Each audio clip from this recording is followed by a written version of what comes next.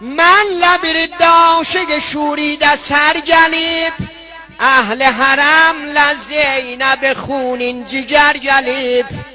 Olmaz bu dəşti qəmdə biri aşina mənə, Şimdi sitemgər eyləyəcək çox cəfa mənə.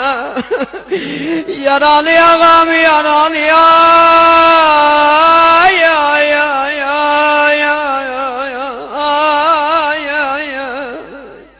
Və xatirin ki, ustadımızdan da istifadə eləyək.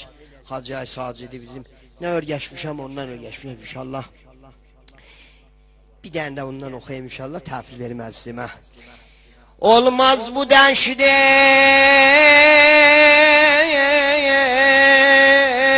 qəmdə biri aşina mənə,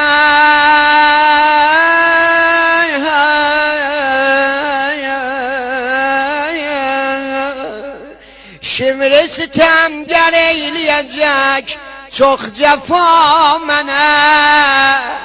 Əkbər yarası ay oğlu ölənlər, Əkbər yarası bir də sağalmaz bu sinədə. Niyə aləm təbib ola edə bilməz dəva mənə.